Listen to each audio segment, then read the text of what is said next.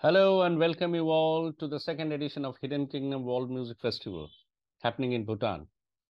This afternoon we are going to present two very talented musician and composer, David John Roche from Wales and Karshni Nair from India in conversation. But before that, let me present to you some of David's extraordinary work.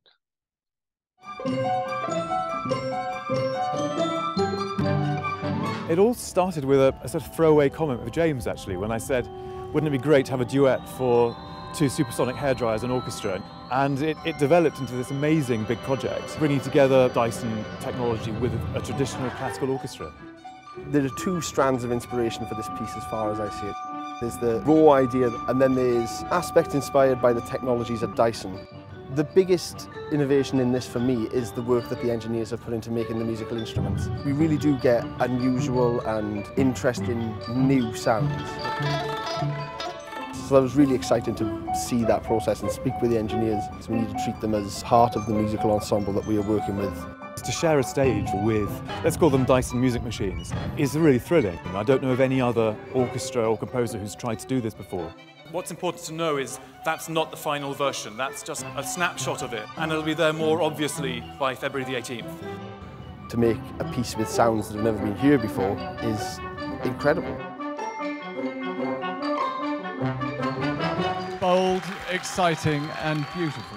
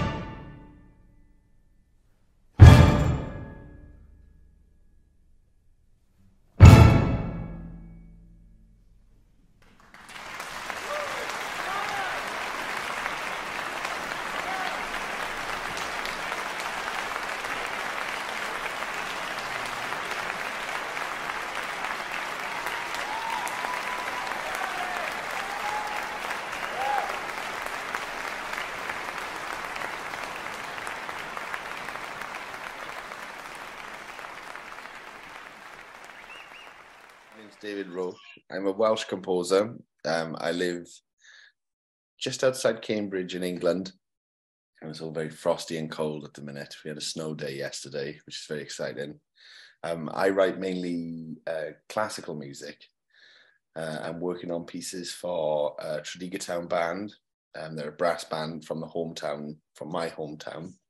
I'm working on a piece for the Tanglewood Music Centre, which is in Massachusetts in the US, and I'm working on a commission for the Tokyo Opera City Cultural Foundation. I have a background in rock music. I used to play in metal bands, and I still do, but less so now. But most of my work is based around writing sort of concert music for traditionally classical musicians. Yeah, so we're kind of slightly different things here, I think, right? Vastly different. Yeah, right. I don't know. I think talking about how you make it work as a business or a job is hard, right? Hello, everyone. My name is Karshni, and I'm a singer-songwriter and music producer from India, from this small place called Pune in India, south of India. I've been doing this for 5 years now, and recently I got into scoring for theatre productions, mainly theatre productions that have a lot of dance in them. Apart from that, I also perform at various places in India itself. I'm a live musician. I recently started performing with a band, and yeah, that's me. The music scene here, right? It's dominated by Bollywood music, which is music that's made in movies, commercial music. So we indie artists and like people who score and stuff, we're really struggling here. What about you? I think it's, we have our own kind of tropes and things like that, of stuff that kind of hangs over.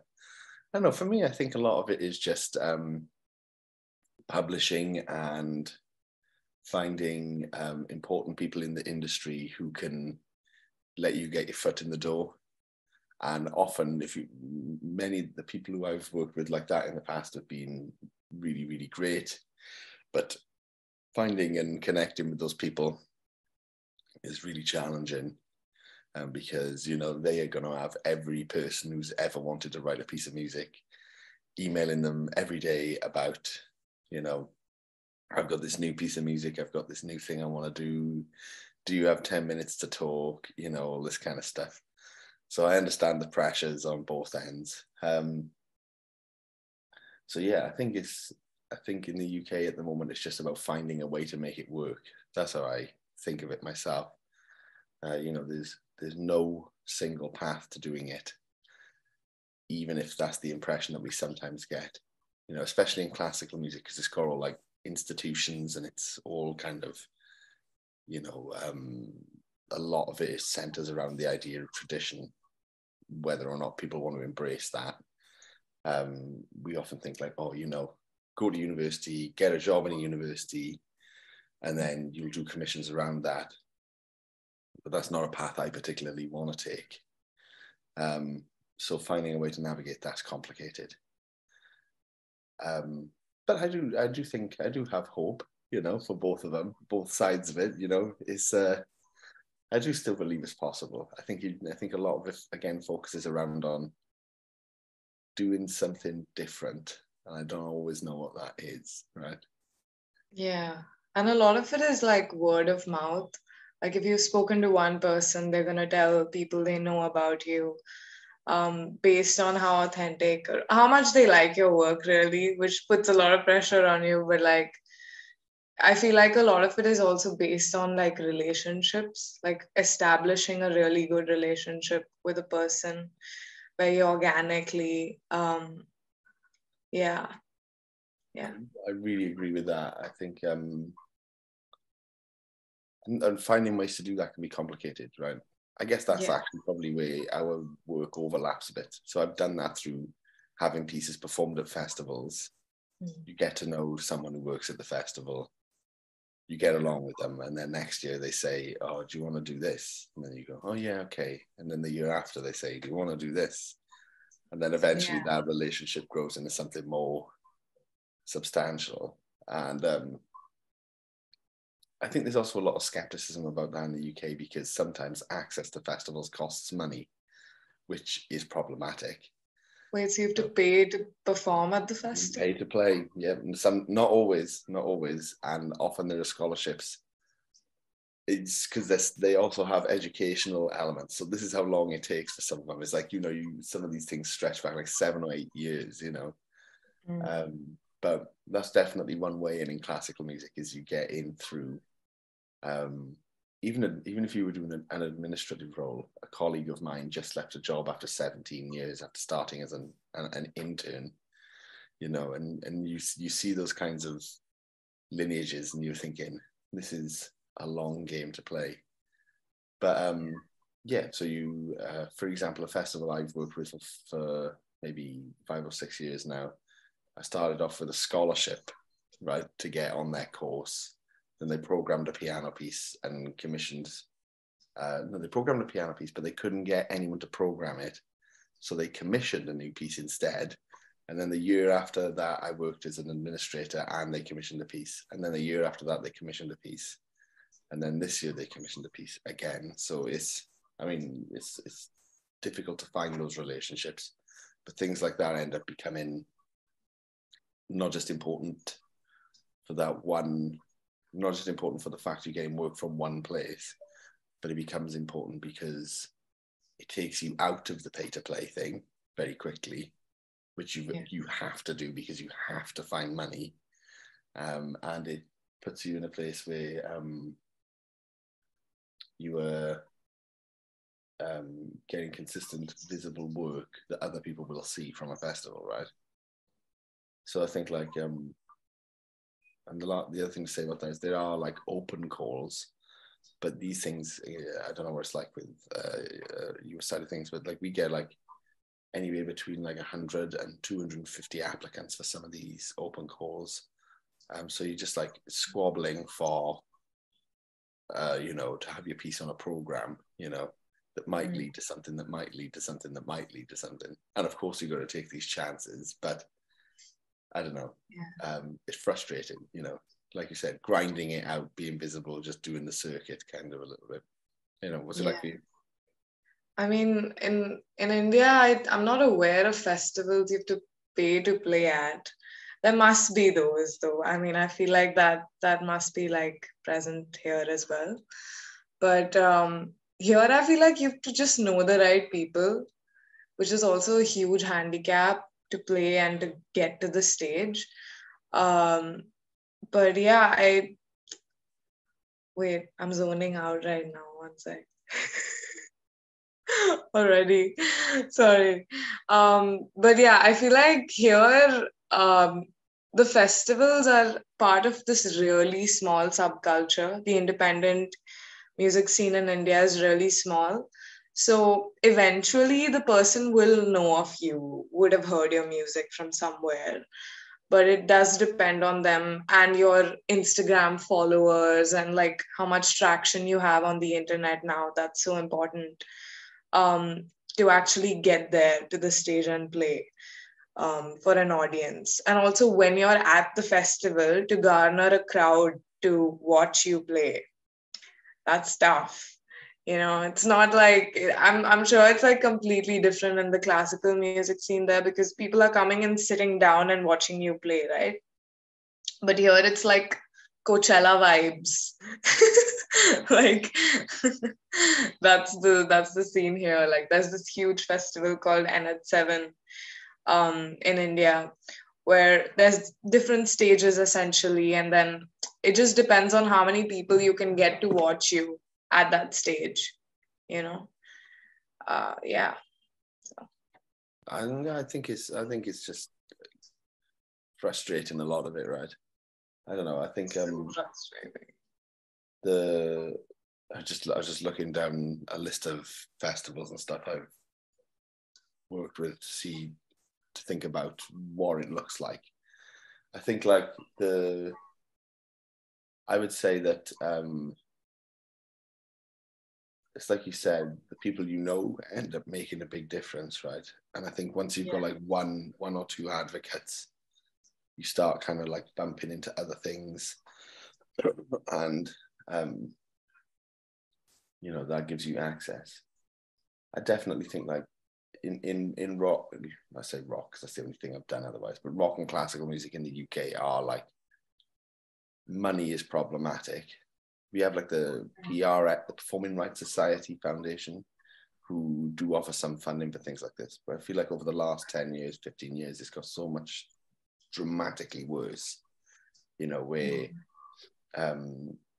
cost of instruments for a while was getting much, much higher. Cost of traveling is extreme.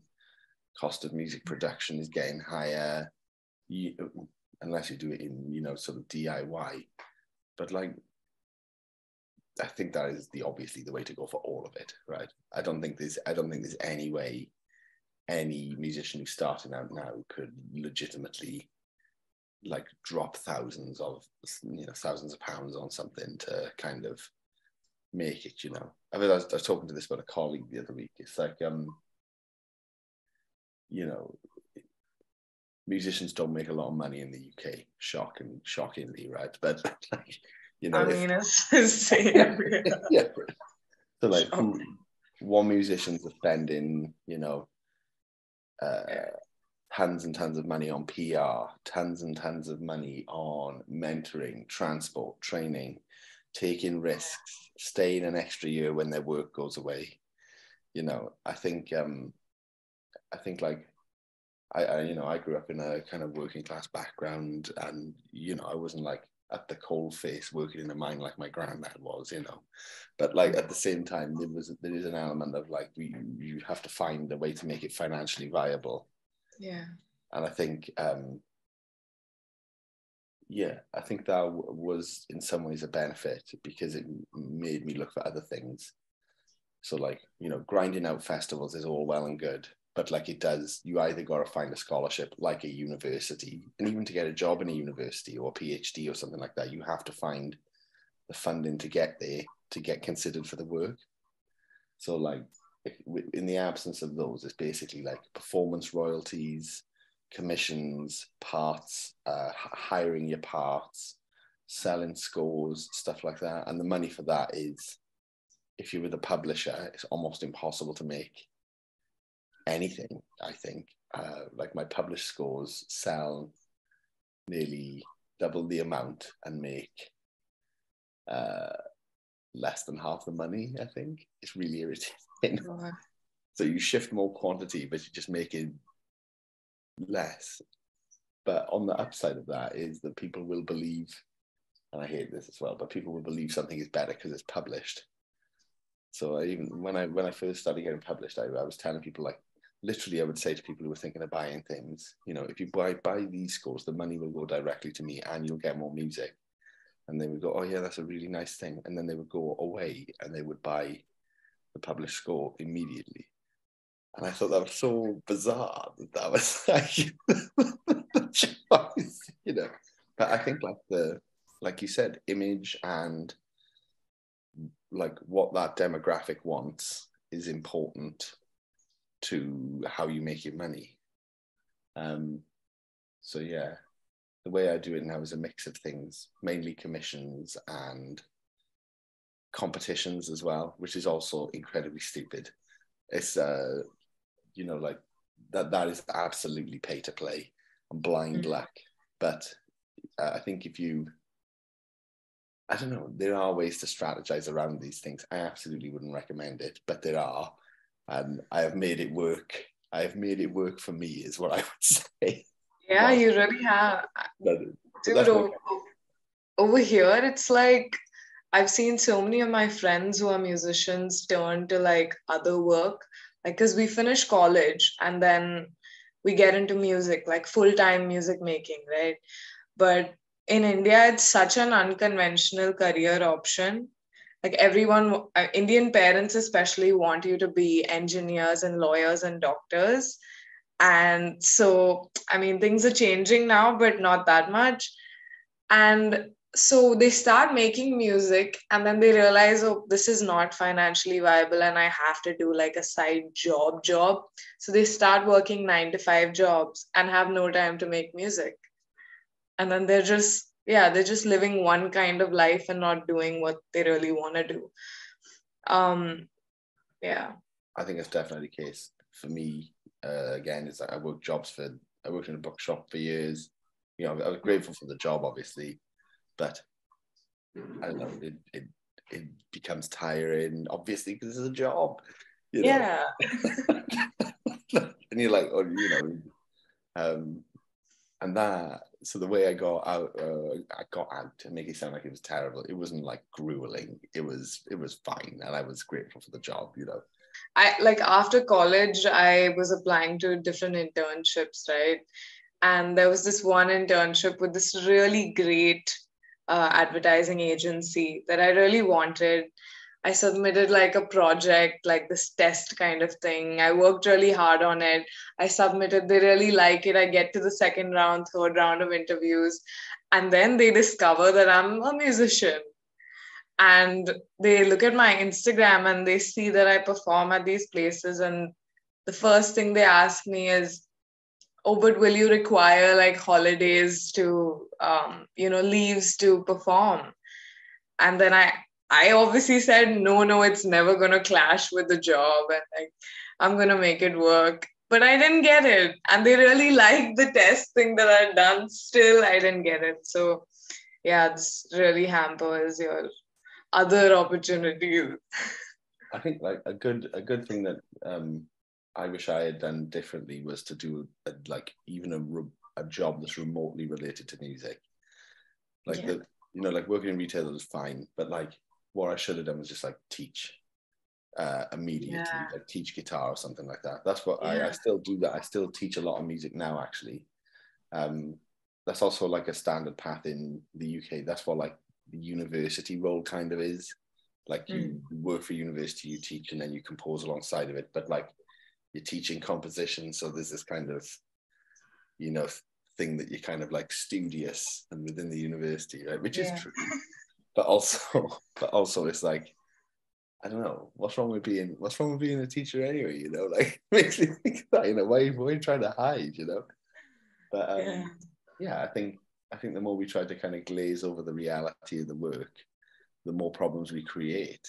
We do need to be really upfront about the fact that the reason it's hard to have a career in this field is because it's, making links with the people is difficult. It relies on really like sometimes quite difficult relationships. Yeah. And people don't always, sometimes they pay really well. I work with a couple of groups in the UK. There's a festival called the Vale of Glamorgan Festival and an ensemble called Safa, who are always fantastic. But there are other places that are not like that. And, you have complicated discussions around contracts. And the rights to your work and stuff. Yeah, I remember once I had someone send a contract to me in a language I don't speak. No. They were really flipping about. They went that's fine, obviously. Like, of course they can do that, but like the idea was that I wouldn't read it, right? Because I was kind of like, oh, we need to do this quickly, and they're like, oh, just sign this, and I put it through the translator, and they'd completely and utterly changed the terms of everything, and were trying to get me to sign over the rights to this piece. And I said to him, like, if you did that in the UK, like, I'd go to my union, like, that's like, you can't do that, that's really, really dodgy, Yeah. But issues like that come along that make things complicated, right? Yeah. But yeah, I don't know. I imagine it's really different to like, the festival circuit where you've got to get the numbers up on social media and plow it out. I don't know, what's that like? Yeah, stuff like that really gets to you, because it's so external from making the music, right? Like the process of making music is so pure, and like it's so immersive. And then you have to go outside and do all these things and talk to these people and like be social. I find that, I don't know, I do find that difficult with it. I like people, but Yeah. it's a business, and I didn't realize that. I thought it'd just be like, I literally thought once I finished university, I would just be like, go out and open the newspaper and look for an advertising role as a composer, like circle all the composer jobs and then like put it in my CV and get rich, and like obviously that was not the case, but I don't know. I think it's part of me also kind of loves it. I think that I think you get to do what I like. I get to do what I've always wanted to do. And I think right now I'm just about making it work. And just about. good. Yeah, and I've been doing it for a few years, and I reckon I can do it for a few more. So it's like, I'm not, if you'd asked me this like a year and a half ago, I would have been freaking out, but now I'm like, I think I've improved the situation somewhat. So, yeah, no, I'm afraid I'm at the freaking out part of the timeline right now. But my advice, give it a year and a half. No, what's it like with gigging then? Is COVID still a thing around by you? Not really. All the festivals are happening this year, and there's lots of people attending. They're getting really good reception from the audience too. In full swing, man. Gigs are happening in full swing in India. What about over there? Yeah, fine. Audience numbers are not always great in classical music, shockingly, but sometimes better. You won't be surprised to hear. But I don't know. I think it's just a complicated issue, right? People are trying to change things. There's a funding body in England, Art Council England, who's made some issues that were thought of as contentious recently. And that's caused a lot of significant organizations to lose huge sums of money, which is going to really alter the landscape of British music generally, I think, if it isn't changed. So that's not a positive, but also I don't know what else people can really do with it. It's a very peculiar time. So we'll see what things change, and we'll see what things stay the same, and just try to keep afloat. But I know a lot of my work is abroad now, which genuinely makes things a lot easier. The UK is a bit of a nightmare, but I think it's the issues are somewhat similar across the board, right? It's just money is the first one, I think. Yeah. And like always. But like, I don't know, like you play the gigs, you sell the merch, and then you keep your fingers crossed. You make like just enough money for you to travel to the next venue. That's it though as well. I was saying to a colleague of mine, like, if you've got like independent backing or something like that, then travel becomes easier, right? I've got I think I've got some concerts like abroad next year, and the flights to one are funded and the flights to another are not. And I was thinking like, oh yeah, I should go to that one. Oh, can I go to that? Can I do it? Can I afford it? With the other one, I'm like, the one that is funded, I'm thinking, oh, I could do this. Like even the way you frame the possibilities changes then, because you're like, there's a degree of financial freedom that allows you to do it. Yeah. It's annoying. And I wish my brain could see those opportunities rather than kind of cry about them. So is it, do you drive to gigs and things like that? Then is that how you get around to them? Yeah, I mean, local gigs, obviously, just drive to them, take a cab. But for other cities, we take flights. I recently went on tour with another artist by van. Like we traversed like the entirety of India almost in a van, like a tour bus kind of situation. And still, like, the costs were exorbitant, even with that one van. So yeah, I don't think it makes a difference. Touring is always going to be expensive. There'll always be like other factors to consider: food, the stay, you know. So yeah. That's complicated, I think. Like you see a lot of UK artists dropping out for that express reason. Like we had, I don't know if you had this in India, the petrol prices going skyrocketing. Oh man, here Like, as well. I know that's such an old man topic to talk about. Yeah, you know, I don't know if you noticed petrol's expensive now. You know? That's like it when it nearly like I'm not going to stop either. I'm just going to keep going with it.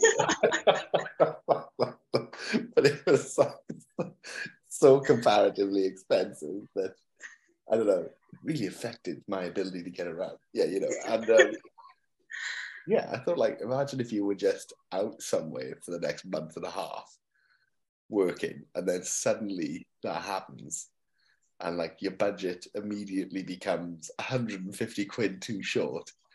Yeah. You know, what do? You know, you're like, you know, but, Yeah. I don't know. I think, yeah, that's why you see people dropping out all the time. We got the whole like, you know, there's this whole kind of people with cash get the jobs kind of mentality in the UK at the minute, I think, and that rubs me up the wrong way. And I think that, yeah, just a little bit of money buys a lot of staying power. Oh yeah, we got 4 minutes. Okay. Oh. Yeah. Should we like talk about our process of making music? Yeah, we should. Yeah. Go on, you go. No, you go first. Oh no. For Intercut, I did some small pieces for piano because I thought they'd be much more manageable to just kind of control in this context and offer up as a something to kind of play around with, because it's all about that kind of links with our own respective cultures and what they can kind of bring to each other, right? So I thought I'd do some little hymn tunes. There's lots of little hymn tunes in Wales, right? I live in England, and I went to a shop the other day, and someone has been taking all their old Welsh music to this shop, like to sell to the shop. So it's really weird, and I've been buying it back. So, Okay.